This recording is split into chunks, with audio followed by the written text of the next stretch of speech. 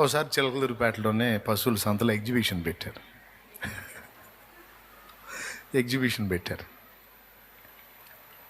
సరే ఎగ్జిబిషన్ వీళ్ళు అయిపోతుందంట, అది తీసేస్తున్నారంట, ఏందో అని కొంచెం పిల్లలు కదా, చిన్నవాళ్ళు వాళ్ళకుంటే తపన వాళ్ళకు ఉంటుందిగా, ఆ జైంట్ వీలు ఎక్కాలి, అవన్నీ చూడాలని.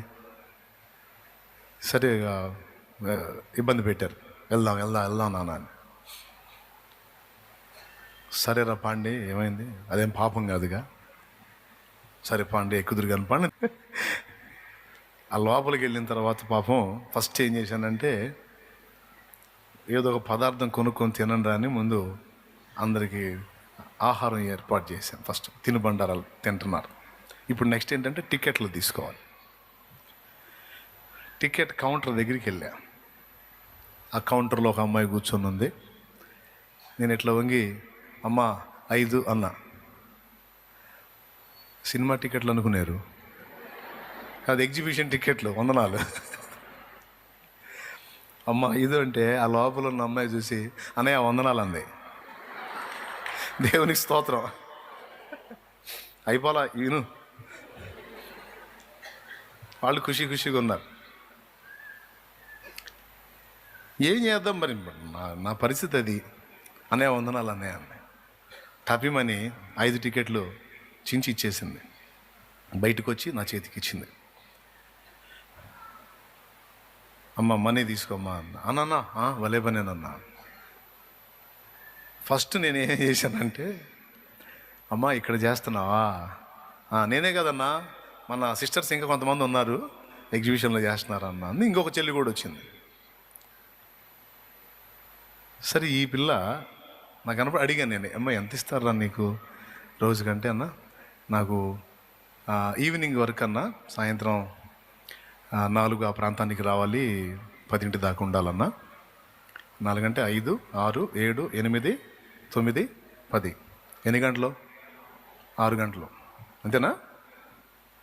ఉంటుందన్నా. 60 రూపాయలు ఇస్తారండి. ఎంత? 60. నిజంగా రోజుకి 60 ఎగ్జిబిషన్ వాళ్ళు. అప్పుడు నేను వెళ్ళినప్పుడు ఆ అమ్మాయి డైలీ మజ్దూర్ ఎంత అంటే 60 రూపాయలు. వీళ్ళు తింటా, నా పక్కన కూర్చున్న వాళ్ళు వింటున్నారు. ఆ పిల్ల బయటకు వచ్చింది. 5 టికెట్లు. టికెట్ వచ్చి 50 రూపాయలు ఏముంది. 5 4 20, 40, 5 5 20, 250. సపామని దించుకొచ్చి ఇచ్చేసింది. నేను తీసుకోవాలా.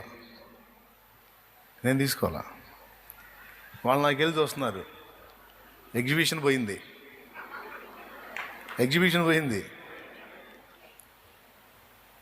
అమ్మా, ఒక రోజుకి నీకు 60 రూపాయలు ఇస్తే నువ్వు ఎన్ని రోజులు కూలి తెచ్చి ఇచ్చావో తెలుసా నాకు ఇప్పుడు? 4 రోజులు, 4 ఆర్లు, 4 రోజుల కూలిరా. గట్టిగా అరగంట సంతోషించము ఇందులో. 4 దినాలు నువ్వు 6 గంటలు నిలువుగాళ్ళ మీద నిలబడి పనిచేయాలి ఇక్కడ అని. ఆ పిల్ల తీసుకొచ్చిన టికెట్లు అట చేత పట్టుకొని ఆ అమ్మాయి డైలీ కూలి చెప్పినప్పుడు నాకు ఏడుపు వచ్చింది. అంటే ఇద్దరు చిన్న పిల్లలు. అప్పుడు భర్త ఎడబాసాడు ఆ పిల్లకి. ఇప్పుడు దగ్గరైనట్టున్నారు, ఫ్యామిలీ బాగానే ఉన్నారు దేవుని కృపలో. ఆ పిల్ల ఆ 60 రూపాయలు తీసుకెళ్ళి పిల్లలకు పెట్టుకోవాలా.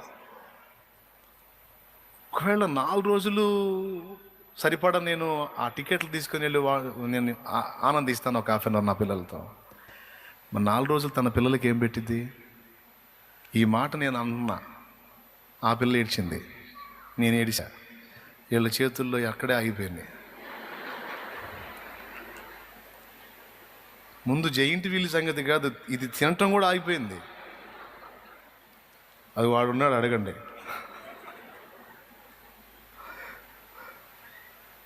ఇంకొక చెల్లి వచ్చి ఆమె కష్టాలు చెప్పింది, మళ్ళీ ఏడుపు వచ్చింది. ఆమె ఏడవా, ఏం ఏడవా, నేను ఏడవా, వాళ్ళేమో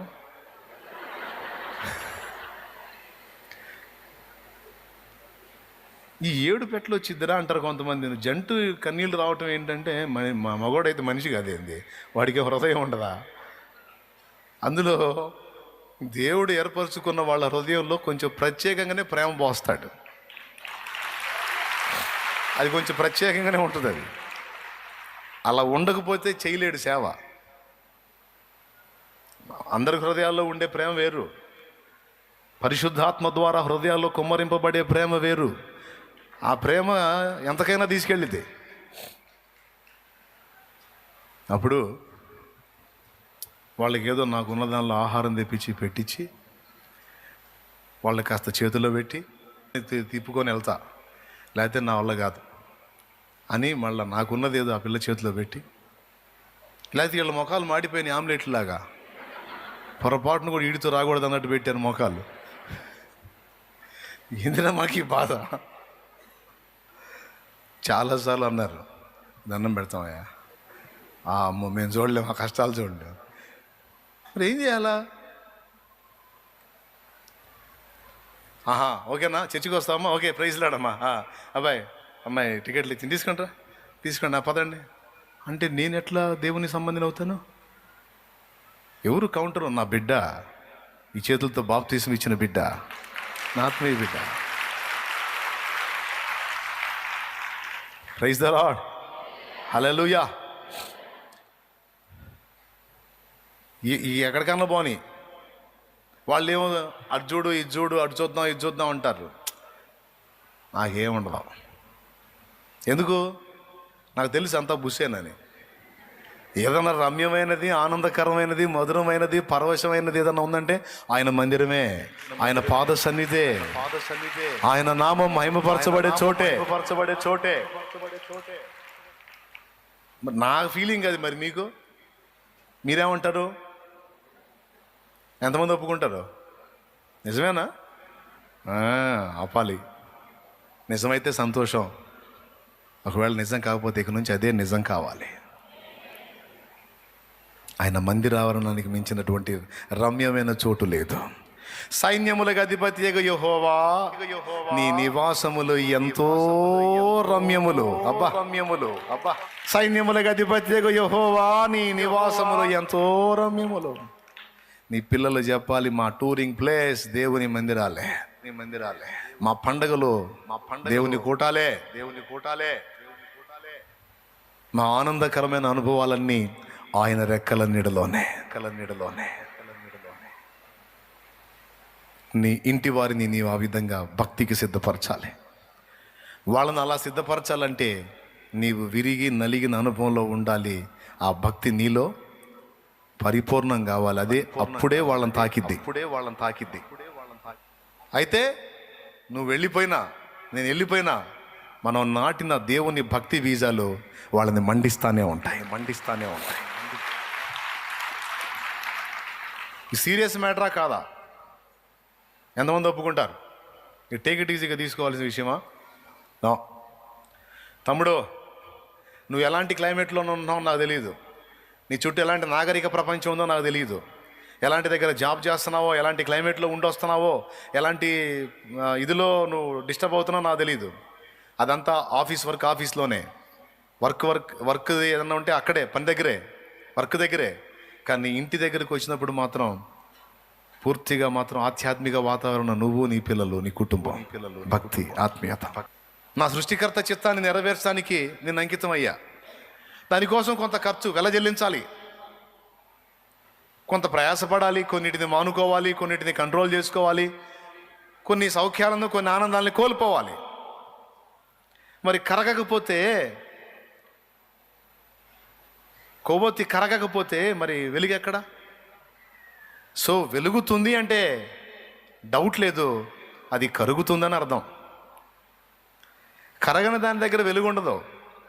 వెలుగు వస్తుంది అంటే అది కరిగితేనే. అవునా?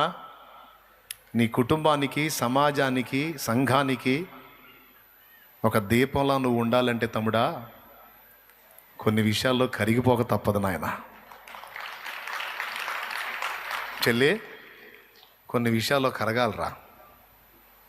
కరగకపోతే మంట ఉండదురా, వెలుగుండదు.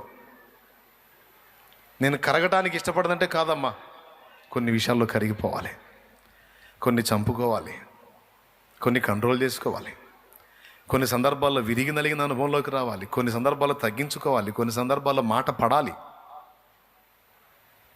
తప్పదో, అయితేనే వెలిగించగలుగుతాం, లేకపోతే కష్టం. ఈ బాధ్యతలన్నిటితో పాటు రేపు ఆత్మలను రక్షణలోకి సిద్ధపరిచేటువంటి దినం రేపు బుధవారం. ఎంతమందికి సువార్త బోధించావో, ఎంతమందికి సిద్ధపరిచావో, బాధ్యతగా వాళ్ళందరినీ ప్రభు సన్నిధికి నడిపించి ఆత్మల రక్షణలోకి నడిపించేటువంటి శుభవేళ రేపు వచ్చే బుధవారం. మంత్లీ వన్స్, నెలకు ఒక్కసారి లాస్ అవ్వద్దు. ముందే ప్రార్థన చేసి సిద్ధపడు. వాళ్ళకి ముందుగానే హెచ్చరిక చేయి. ఫలానా రోజు మనం వెళ్తున్నాం, రెడీ, సిద్ధపడండి. అవకాశం ఉంటే వాళ్ళని ఫాస్టింగ్ ఉంచురా. తల్లి, వాళ్ళకి ఉపవాసం ఉంచు, ఒక పూట ఉపవాసం ఉండమని చెప్పు. అయినా నువ్వు ఎవరిని రక్షణ సిద్ధపరిచావు తమ్ముడా, ఒకరోజు ఉపవాసం ఉండమని చెప్పు. ప్రార్థనలో సిద్ధపడమని చెప్పు. ప్రభు నామమున ప్రార్థన చేయటం నేర్పు. బాప్తీసం పొందిన వాడు ఎలాంటి జాగ్రత్తల్లో ఉండాలో చెప్పు. లోక సహవాసానికి దూరంగా ఉండాలని చెప్పు. నీ వంతు నువ్వేం నేర్చుకున్నావో చెప్పు నాయనా, మిగిలిన నేను ఇక్కడ బోధిస్తా. బాధ్యత. నీ ఫ్యామిలీ మెంబర్సా చెప్పు, లేదా ఇతరులకి చెప్పావా, స్తోత్రం, వాళ్ళకు కూడా చెప్పు. ఇంకా ఎవరికి చెప్పలేదా నువ్వు? అట్లయితే కనీసం ఇక నుంచి మొదలుపెట్టు. శాలెమ్మను గుర్తు చేసుకో. నువ్వు చేసినట్టే పని చేసుకుంటే అంతవరకే తన ఫ్యామిలీ అనుకుంటే మీ అందరి రక్షణ ఎక్కడ? కాదు కదా. నా కుటుంబమే కాదు, సమాజమే నా కుటుంబం. సమాజంలో ఉన్న వ్యక్తులందరూ నా వారే అనుకున్నందున ఇతరులకు కూడా చెప్పగలిగా. చెప్పబట్టే చాలామందిని రక్షణలో నడిపించుకోగలిగా. ఈరోజు కూడా వదిలిపెట్టను, చెబుతూనే ఉంటా. ఆనాడు వర్క్ చేసుకుంటా చెప్పా, ఈనాడు దేవుడిచ్చింది ఈ పని చేసుకుంటా కూడా చెబుతానే ఉన్నా. పాటలో అదే, మాటలో అదే, పుస్తకంలో అదే. ఎందులో దొరికితే అందులో అవకాశం ఉన్నదాన్ని కాడల్లా ఆయన గురించి ప్రకటించడమే నా బాధ్యత. Don't worry. ఆయన గురించి ప్రచురపరచడమే నా విధి. స్తోత్రం చెప్పండి, గట్టిగా చెప్పాలి. మరి ఇక్కడి నుంచి నువ్వేం చేస్తావో నాకు తెలియదు, మరి నీ ఇష్టం. కాళ్ళు, చేతులు, కళ్ళు, నోరు అన్నీ బాగున్నాయి. దాన్ని కేవలం నీ ఫ్యామిలీకి, నీ భోగాలకి, నీ కుటుంబానికి మాత్రమే వాడతావా? ఇతరుల కోసం ఆలోచించవా? ఇతరుల గురించి పట్టించుకోవా? ఇతరులకు దేవుని ప్రేమను పరిచయం చేయవా? నువ్వు వ్యసనాల్లో ఉన్నప్పుడు నీ దగ్గరికి ఎవరో ఒక త్యాగమూర్తి వచ్చి నీకు ప్రకటిస్తే నువ్వు అందులోంచి బయటపడి ఈరోజు నీ కుటుంబం వ్యసనాల్లో బందీలు అయిపోయిన వాళ్ళు ఎంతమంది లేరు? వాళ్ళ విషయంలో నువ్వు ఎందుకు సీరియస్గా ఉండవు? వాళ్ళ గురించి ఎందుకు పట్టుదల పట్టవు? వాళ్ళ ఆత్మల కోసం ఎందుకు కష్టపడవు? ఈరోజు తీర్మానం చేయి. ఎప్పుడైతే నీ బాధ్యతలు ఎరిగి, చివరి మాట, ఎప్పుడైతే నీ బాధ్యతలు ఎరిగి నువ్వు నడుచుకోవటం మొదలు పెడతావో, ఇక నీ విషయంలో దేవుడు తన బాధ్యతలు నెరవేరుస్తాడు. అర్థమైందా? నీ విషయంలో దేవుడు ఏం బాధ్యతలు నెరవేర్చాలో అవన్నీ నెరవేర్చుకుంటాడు ఆయన. నీ వస్త్రం దగ్గర నుంచి, నీ ఆహారం దగ్గర నుంచి, ఆరోగ్యం దగ్గర నుంచి, నీ భద్రత దగ్గర నుంచి, నీ ప్రతి విషయం ఆయన తీసుకుంటాడు పరిగణలో. నా విషయంలో అంతే తీసుకున్నాడు, నీ విషయంలో అంతే తీసుకుంటాడు. అంటే ఇప్పుడు సేవలోకి వచ్చిన దాకా తీసుకున్నాడు అంట, లేదు, అప్పుడే తీసుకున్నాడు. నేను వర్క్ చేసేటప్పుడే నా విషయం జోక్యం చేసుకున్నాడు. నాకేది తక్కువగానే ఇలా. ఈ బాధ్యతల్లోకి నీవు రావాలి. పిల్లల విషయంలో ఏం చెప్పాను? ఏమని చెప్పాలి పిల్లలు నీ గురించి? మా అమ్మ భక్తిని నేర్పింది. మోకాళ్ళు వేయటం, యేసును ప్రేమించి సేవించటం, ఇవ్వటం, త్యాగం చేయటం నేర్పింది. ఉంచుకొని లేదని అబద్ధాలు ఆడటం నేర్పలా. ఉంచుకొని దాచుకొని తినటం నేర్పలా. నలుగురికి పెట్టి వాళ్ళు తింటుంటే సంతోషపడటం నేర్పింది మా అమ్మ. మా నాన్న దయ చూపడం నేర్పించాడు, త్యాగం చేయటం నేర్పించాడు, ఇవ్వటం నేర్పించాడు. మా నాన్న మోకాళ్ళు వేయటం నేర్పించాడో, భక్తి నేర్పించాడో. మా నాన్న కన్నీటి ప్రార్థనా పరుడు, మాకు అవి నేర్పించాడని రేపు నీ పిల్లలు నీ కడుపును పుట్టినందుకు ధన్యులు అని చెప్పుకోవాలంటే భక్తే.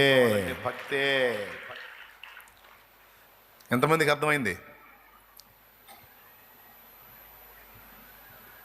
రేపు యేసయ్య దగ్గరికి పోయినప్పుడు మనం ఇచ్చే చూస్తాడు, మనల్ని చూస్తాడా? ఫస్ట్ మనల్ని హత్తుకుంటాడు. ప్రభా నేను నీకోసం ఈ చేశానంటే అవన్నీ తర్వాత ముందు రా తల్లి. ఇతరులకు ప్రకటించండి, సృష్టికర్తను సంతోషపెట్టండి, సమాజాన్ని బాగు చేయండి, కుటుంబ బాధ్యతలు నెరవేర్చండి. నీ కడుపును పుట్టిన బిడ్డలు లోకులకు దేబ్రించటం ఏం తమ్ముడు? నీ కడుపున పుట్టిన బిడ్డలు మా నాన్న కడుపున పుట్టడం మా అదృష్టం అని ఫీల్ అవ్వాలి, కానీ ఫలానా వాడి కడుపున నేను పుట్టలేదే అని వాడు అనుకోవటం ఏం తమ్ముడు? ఎంత దారుణమైన జీవితం అది. వద్దు నాయనా, తెలియనప్పుడు నువ్వు అలా ఉన్నావు. ఇప్పుడు ఇక నువ్వు మార్పు చెందాలి, నీ జీవితం మారాలి. మా నాన్న తెలియనప్పుడు అట్లా జీవించిన ప్రభుని తెలుసుకున్నాక మా నాన్న గొప్పగా మారాడు. మా నాన్న భక్తిపరుడయ్యాడు, ప్రార్థనాపరుడయ్యాడు, మా బాధ్యతలు నెరవేర్చాడు మా నాన్న. అప్పుడు అలా అనుకున్నాం, కానీ నిజంగా మా నాన్న మాకు దేవుడిచ్చిన వరం అనాలి. దేవునికి స్తోత్రం కలుగును గాక. హల్లెలూయా. తలలు వంచి కళ్ళు మూయండి. మీ అందరి కోసం ప్రార్థన చేస్తాను. మిమ్మల్ని అందరినీ భక్తిపరులుగా చూడాలనుకుంటున్నాను. పరిశుద్ధ తండ్రి, నీకు వందనాలు. ఈరోజు నా హృదయంలో నువ్వు ఉంచిన భారం నా బిడ్డలకి మనసు విప్పి మాట్లాడుకోవడానికి అవకాశం ఇచ్చావు. ఎవరి కోళ్ళు నేను, నా ఇల్లు, నా కుటుంబం అనుకోకుండా నేను, నా ఇల్లే కాదు, నా సమాజం, నా ప్రభు, నా సంఘం కూడా అనుకుని ఎవరి బాధ్యతలు వారు సరిగా నెరవేర్చడానికి ప్రతి ఒక్కరికి భారం ఇవ్వు. ఒక గురువుగా నీ బాధ్యతను నెరవేరిస్తే శిష్యుడిగా యోహాను చావుకు తెగబడి అంతం వరకు నమ్మకంగా ఉన్నాడు ప్రభువా. అలాగున అన్ని విషయాల్లో మేము కూడా నమ్మకంగా ఉంటానికి సహాయం వచ్చి నా బిడ్డలందరినీ బలపరచు. మేము ఎప్పుడైతే నువ్వు అప్పగించిన బాధ్యతలను నెరవేర్చే విషయంలో ఆసక్తి కలిగి ఉంటామో ఇక మాకు నెరవేర్చాల్సిన బాధ్యతలన్నీ నువ్వు నెరవేరుస్తావు. అప్పులైనా, రోగాలైనా, సమస్యలైనా, ఇరుకులైనా, ఇబ్బందులైనా, కేసులైనా, కుటుంబంలో కలతలైనా అన్నిటినీ కొలిక్కి తెస్తావు. మేము కోల్పోయిన వాటిని, కొదువైన వాటిని మేము అడిగినప్పుడు నువ్వు ఆలకించి జవాబిస్తావు. మా బిడ్డలందరినీ కూడా జ్ఞాపకం చేసుకొని ఎవరు ఏ శ్రమలో, వేదనలో, దుఃఖంలో, బాధలో నలిగిపోతున్నారో వారికి యేసు నామములో సమాధానం కలుగునుగాక. యెహోవా ఆశీర్వాదము వారికి లభించుగాక. సమృద్ధైన దీవెన, ఐశ్వర్యం వారికి వచ్చుగాక. వారి ప్రయత్నములు యేసు నామములో సఫలమగుగాక. విశ్వాసంతో బిడ్డలు తెచ్చిన నూనె నీ శక్తితో నింపి రోగులకు అది రాసి ప్రార్థించినప్పుడు స్వస్థత కలిగించు. మా బిడ్డలు తమ తోటి సమాజంలోని వ్యక్తులకు సువార్తను అందించడానికి మా బిడ్డల ప్రయాణంలో ఎలాంటి కీడు, ప్రమాదం, శోధన కలగకూడదయ్యా. క్షేమంగా తెచ్చావు. తిరిగి ఇల్లు చేరు పర్యంతం క్షేమంగా వాళ్ళని చేర్చు. విశ్వాసంతో బిడ్డలు తెచ్చిన నూనె నీ శక్తితో నింపి రోగులకు అది రాసి ప్రార్థించినప్పుడు స్వస్థత కలిగించు. మా బిడ్డలు తమ తోటి సమాజంలోని వ్యక్తులకు సువార్తను అందించడానికి వారికి పురికొల్పును, చైతన్యాన్ని దయచేయి. కాళ్ళు చేతులు బెండైపోయిన అంగహీనులు సువార్తను ప్రకటిస్తూ సృష్టికర్త నిన్ను సంతోషపెడుతుంటే అన్ని బాగున్న మేము నిర్లక్ష్యంగా ఉంటాం తగదు కనుక నా ప్రభా మా బిడ్డలకి ఆ విషయంలో చైతన్యం కలిగించు. అందరినీ నీ చేతికి అప్పగిస్తూ పసిబిడ్డ మొదలు వృద్ధుల వరకు యవనస్తులు, స్త్రీలు, పురుషులందరినీ నీ చేతికి అప్పగిస్తూ సర్వరోగాలను స్వస్థపరచు. పూర్ణ ఆరోగ్యము, దీర్ఘాయువిచ్చి నీ సేవలో ముందుకెళ్ళే కృపద ఇచ్చి మన యేసు నామములో వేడుచున్నాం తండ్రి. ఆమేన్. పరలోకమందున్న మా తండ్రి, నీ నామం పరిశుద్ధపరచబడునుగాక. నీ రాజ్యం మాకొచ్చునుగాక. నీ చిత్తము పరలోకమందు నెరవేర్చున్నట్లు భూమి యందు నెరవేర్చబడునుగాక. మాకు కావలసిన అనుదిన ఆహారము నేడు మాకు దయచేయండి. మా పట్ల అపరాధము చేసి ఉన్న వారిని మేము క్షమించిన ప్రకారం మీరు మా అపరాధములు క్షమించండి. మమ్మల్ని శోధనలోనికి తేక దుష్టుల నుంచి, కీడు నుంచి కాపాడండి. ఎందుచేతనగా రాజ్యము, బలము, మహిమ, శక్తి సర్వము నిరంతరము నీవై ఉన్నావు తండ్రి. ఆమేన్. మన తండ్రి అయిన దేవుని ప్రేమ, ఆయన ప్రియకుమారుడు మనందరి ప్రాణప్రియుడైన యేసయ్య శాశ్వత నిత్య కృప, పరిశుద్ధాత్మతోడి మనోహర నిత్య సహాయ సహవాస సమాధానం సమకూడిన మనకు సకల పరిశుద్ధులకు సార్వత్రిక సంఘమంతటికి సదా తోడై మనందరం నిత్యత్వంలో చేరు పర్యంతము మనల్ని నడిపించునుగాక. ఆమేన్. ప్రవేశు రక్తమునకే జయ, ప్రవేశు రక్తమునకే జయ, ప్రవేశు నామమునకే సంపూర్ణ విజయం కలుగునుగాక. ఆమేన్. హల్లెలూయా, హల్లెలూయా, హల్లెలూయా, హల్లెలూయా. హల్లెలూయా.